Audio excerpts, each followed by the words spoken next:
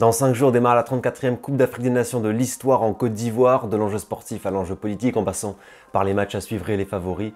La grande compétition africaine s'ouvre cette semaine, générique.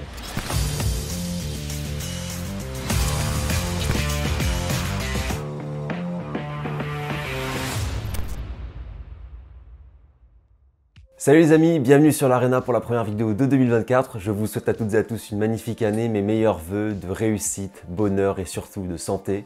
Très heureux de vous retrouver et aujourd'hui j'avais envie de parler un peu de foot africain avec la Coupe d'Afrique des Nations qui commence cette semaine. Alors vous savez qu'on a déjà réalisé plusieurs sujets sur l'étude du foot dans les pays africains, notamment au Maroc et en Égypte. L'Algérie arrivera d'ailleurs lundi prochain. Et à quelques jours de l'ouverture de cette CAN qui s'annonce ultra palpitante et indécise, j'avais très envie de parler des grands enjeux, bien sûr sportifs, mais aussi stratégiques ou géopolitique, notamment pour la Côte d'Ivoire, le pays hôte. Pour bien commencer l'année sur la chaîne, n'hésitez pas à exploser la barre des likes, c'est un soutien gratuit qui booste la visibilité de la chaîne. Commentez aussi, partagez votre avis et vos pronos, et puis bien sûr n'hésitez pas à vous abonner si vous découvrez l'Arena et à activer la petite cloche. Il y en a qui ne l'ont pas encore fait, donc n'hésitez pas.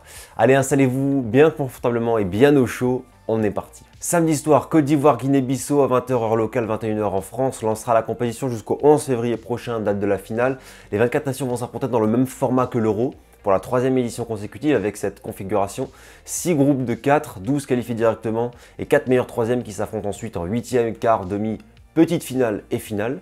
Les 52 matchs de cette CAN 2023 se dérouleront dans 6 stades de 5 villes, Abidjan à 2 stades à disposition, dans le grand stade de 60 000 places à Alassane Ouattara, qui sera le stade du match d'ouverture ainsi que de la finale. Si on regarde les équipes engagées, on va un peu explorer chaque groupe après.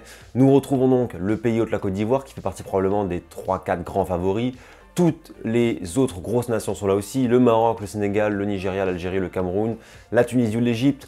Plein d'équipes à suivre pour faire déjouer les gros. On peut penser à la République démocratique du Congo, le Ghana, le Mali ou le Burkina Faso, équipe très intéressante.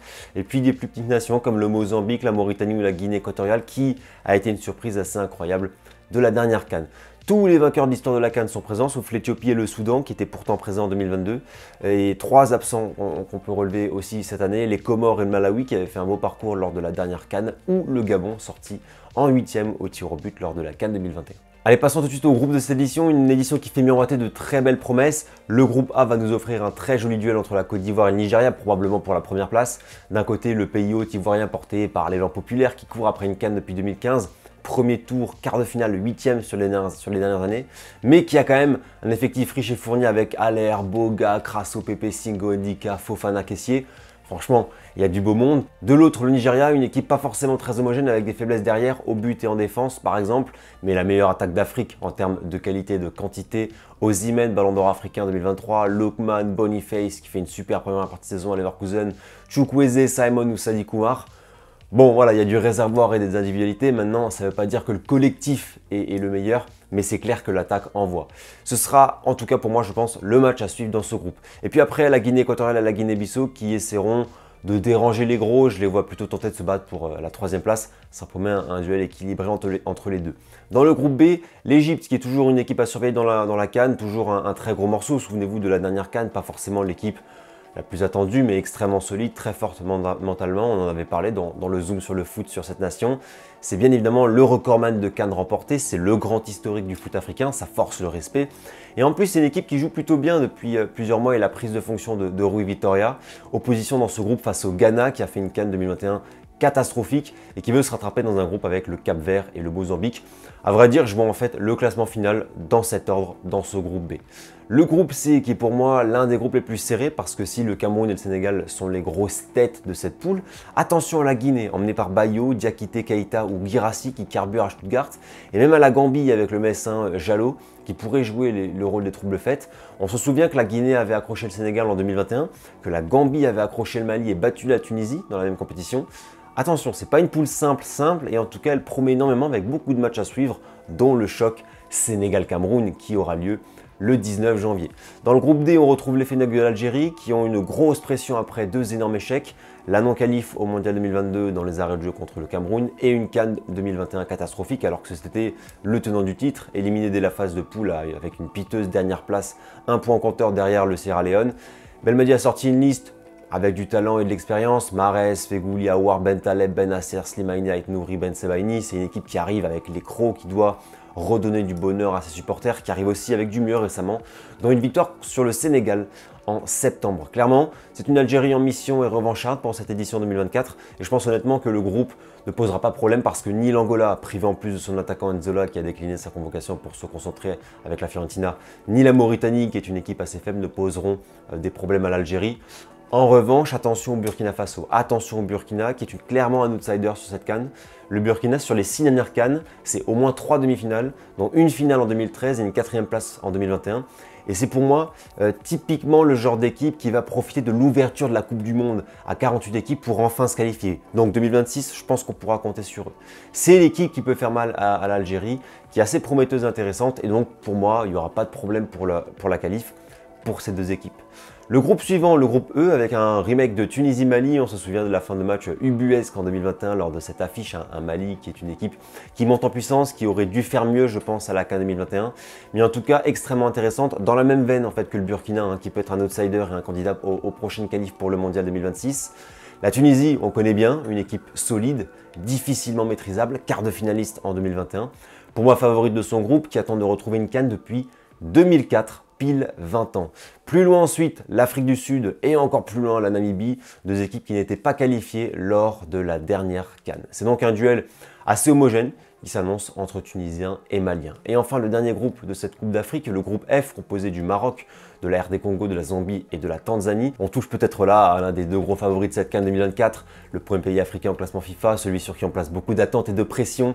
Le Maroc, 4e du Mondial 2022, premier pays africain de l'histoire à avoir atteint les demi d'une Coupe du Monde, qui n'a plus joué une finale de CAN depuis 2004 et qui n'a remporté qu'une CAN dans son histoire en 1976, une disette de presque 40 ans pour les Lions de l'Atlas. Avec les performances récentes et la liste de Regragui, on se dit que c'est l'année, c'est maintenant qu'il faut reconquérir la couronne d'Afrique. C'est ce que Regragui disait au lendemain de l'élimination contre la France en 2022. On ne peut pas être le roi du monde sans être avant le roi de l'Afrique. C'est maintenant que ça se joue, être le roi de l'Afrique. Regardez la liste, il y a un tel réservoir de talent, de bons joueurs et d'expérience.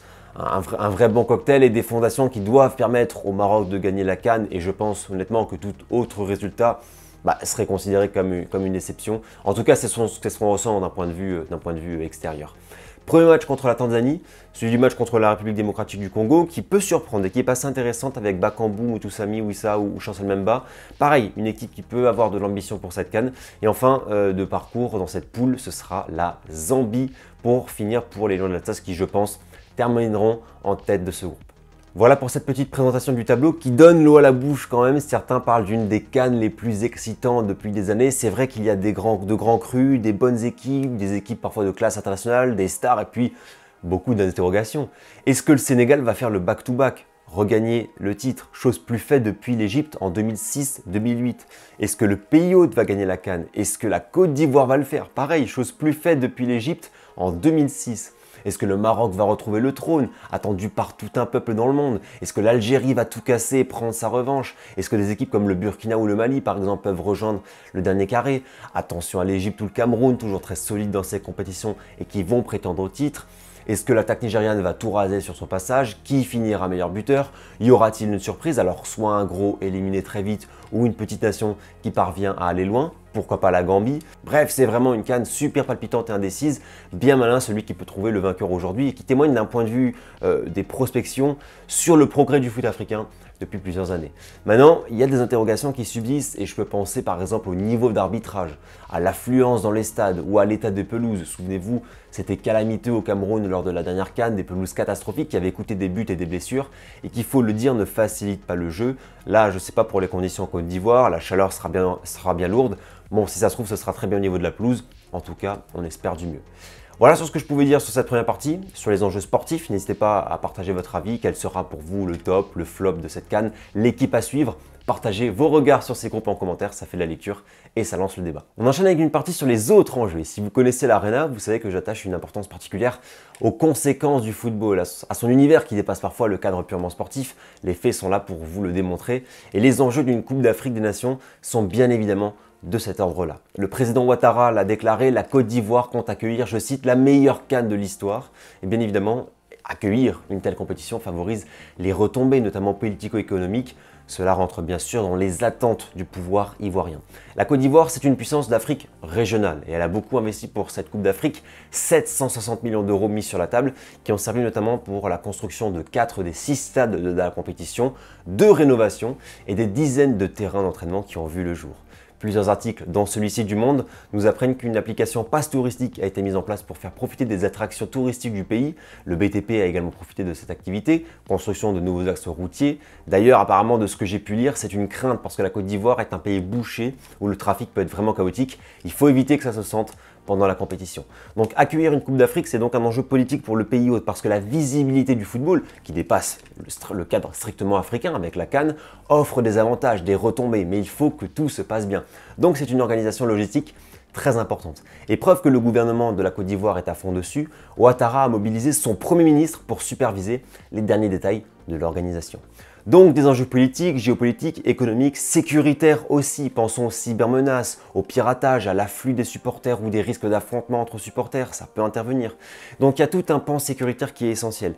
Dispositif de force de l'ordre, etc. Et Abidjan a d'ailleurs demandé à la France d'aider dans l'organisation sécuritaire de l'événement. En tout cas, j'espère que tout se passera bien dans cette CAN et que ce sera une compétition réussie pour la Côte d'Ivoire. Les enjeux politiques, ils sont aussi pour les autres nations. Des enjeux sociaux, parce que le football peut unir un pays tout entier. Et en Afrique, on l'a déjà vu à plusieurs reprises. Et il peut aussi être une sorte d'utilisation politique pour les hommes politiques, les hommes d'État africains, qui sont souvent des gens passionnés de football et qui parfois revendiquent des succès. Cette année, l'Algérie va payer la moitié des frais de déplacement pour 2000 fans qui se rendent en Côte d'Ivoire. Souvenons-nous déjà de 2019, quand l'État algérien avait affrété des avions, dont 9 avions militaires, pour transporter des fans des Fennecs jusqu'en Égypte pour la finale de la Coupe d'Afrique remportée contre le Sénégal. Cette CAN en 2019 en Égypte, justement, elle obéissait à cette logique d'utilisation politique, à la fois interne et externe, pour Al-Sisi, président égyptien, permettant de contrebalancer le durcissement de son régime et faisant du foot une vitrine pour son pays. Ça, ce sont typiquement des exemples de l'engouement total du football au sein des nations jusqu'au sommet de l'État et les stratégies mises en place aussi par un gouvernement pour satisfaire les fans et profiter du football. La vidéo touche doucement à sa fin les amis, j'espère qu'elle vous aura plu. Si c'est le cas, n'hésitez pas à la liker bien évidemment. J'en profite pour saluer toutes les personnes qui me suivent depuis le continent africain. Grâce au stats YouTube, je sais que vous êtes nombreux en Tunisie, en Algérie, au Maroc, au Mali, au Cameroun, en Côte d'Ivoire. Salutations à toutes et tous, partagez votre avis et vos pronos sur cette CAN. Quelle est l'équipe que vous allez supporter? Mettez vos petits drapeaux en commentaire, qu'on voit un peu le paysage sur la vidéo. Je vous souhaite à toutes et à tous une très belle semaine, bonne compétition à toutes et à tous et rendez-vous lundi prochain pour le Zoom sur le foot en Algérie. D'ici là, prenez soin de vous et surtout, profitez des vôtres. Ciao!